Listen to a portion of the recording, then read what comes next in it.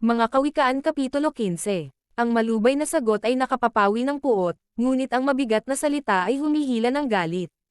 Ang dila ng pantas ay nagbabadya ng tuos ng kaalaman, ngunit ang bibig ng mga mangmang ay nagbubagzo ng kamangmangan. Ang mga mata ng Panginoon ay nasa bawat dako, na nagbabantay sa masama at sa mabuti. Ang dilang magaling ay punong kahoy ng buhay, ngunit ang kalikwan ni Yaon ay kasiraan ng diwa. Hinahamak ng mangmang ang saway ng kanyang ama, ngunit siyang nagpapakundangan ng saway ay gumagawang may kabaitan. Sa bahay ng matuwid ay maraming kayamanan, ngunit sa mga pakinabang ng masama ay kabagabagan. Ang mga labi ng pantas ay nagsasabog ng kaalaman, ngunit ang puso ng mangmang ay hindi gayon. Ang hain ng masama ay kasuklam-suklam sa Panginoon, ngunit ang dalangin ng matuwid ay kanyang kaluguran. Ang lakad ng masama ay kasuklam-suklam sa Panginoon, ngunit iniibig niya ang sumusunod sa katwiran. May mabigat na saway sa kanya, na nagpapabiya ng lakad, at siyang nagtatanim sa saway ay mamamatay. Syol at kapahamakan ay nasa harap ng Panginoon, gaanong higit pa nga ang mga puso ng mga anak ng mga tao. Ayaw ang manglilibak na siya'y sawayin. Siya'y hindi paroroon sa pantas. Ang masayang puso ay nagpapasaya ng mukha, ngunit sa kapanglawan ng puso ay nababagbag ang diwa. Ang puso niyaong nag-uunawa ay humahanap ng kaalaman, ngunit ang bibig ng mga mangmang ay kumakain ng kamangmangan.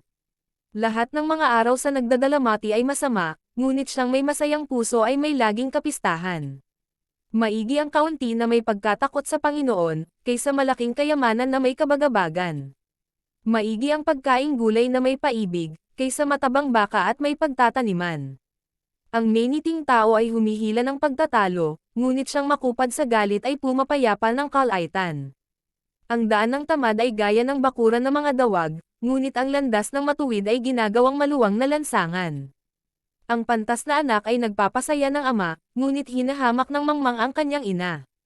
Ang kamangmangan ay kagalakan sa walang bait, ngunit pinatutuwid ng maalam ang kanyang lakad. Kung saan walang payo ay nagugulo ang mga panukala, ngunit sa karamihan ng mga tagapayo ay nangatatag. Ang tao ay may kagalakan sa sagot ng kanyang bibig, at ang salita sa ukol na panahon, ay anong pagkabuti. Sa pantas ay paitaas ang daan ng buhay, upang kanyang mahiwalayan ang syol sa ibaba. Bubunutin ng Panginoon ang bahay ng palalo, ngunit kanyang itatatag ang hangganan ng babaeng baw.